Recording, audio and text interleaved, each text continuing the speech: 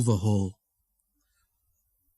"What you need, Henry," the Fat Controller told him, "is an overhaul." "Yes, sir," agreed Henry. "Does that mean I've got to go away to crew again, sir?" The Fat Controller laughed. "Not this time," he said. "You won't believe this, Henry, but nowadays the people at crew couldn't do the work you need." Henry stared, and the Fat Controller laughed again.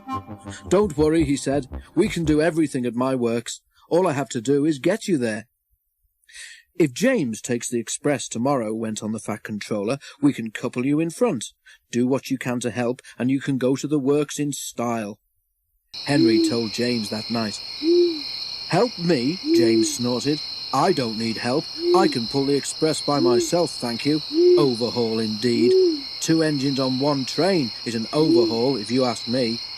But the Fat Controller had already made the arrangements, so there was nothing James could do about it. Next morning, James backed onto the coaches in the big station.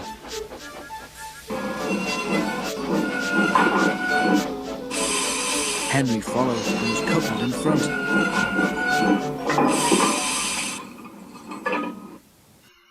James was not in the best of tempers, but when the Fat Controller came to see them off, James tried not to show how cross he was.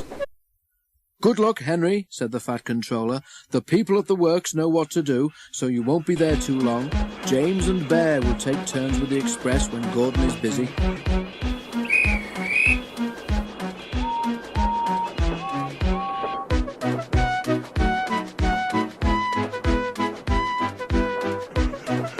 The express only stops once before it reaches the other railway, and that is at the works station. Because of his leaky smoke box, Henry could not help very much. But he saved his hardest effort for Gordon's Hill.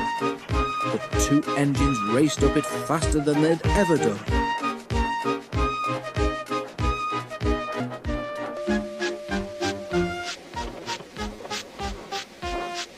When they reached the top, James was feeling better.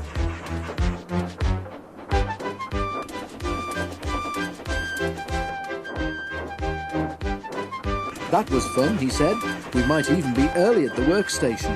We shall need extra time to uncouple you anyway."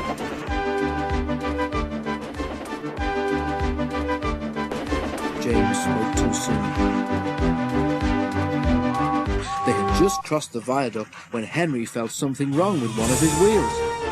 "Something's wobbling," he told his driver. Just then they both heard a cracking noise. "Ouch!" exclaimed Henry. "Whatever it is, I think it's broken." They were passing a station. Something hit the platform and a brick flew past Henry's cab. It bounced off James's boiler and disappeared. "Ow!" exclaimed James. "Henry might need mending, but he needn't throw his broken bits at me." Just then, James and his driver heard Henry whistling to warn them that he wanted to stop. More bits and pieces flashed by, some hitting the carriages. Using the brakes skillfully, the drivers stopped the train. Then, while the guard made sure that the train was protected behind, James's driver went to see if any passengers had been hurt by the flying debris. No one had, but one of the carriage windows was broken. Henry's crew inspected his wheel. The trouble was not hard to find. "Your wheel has a steel rim called a tyre," Henry's fireman told him. "It has broken and come off. It's a miracle it didn't do more damage." James pushed Henry into a siding and went back to the train. "An overhaul, is it?" grinned James as he passed. "It sounds as if you need retiring, you poor old thing." He guffawed loudly at his own wit and puffed away. Henry smiled to himself. "I don't know about retiring," he chuckled. "I certainly feel tired."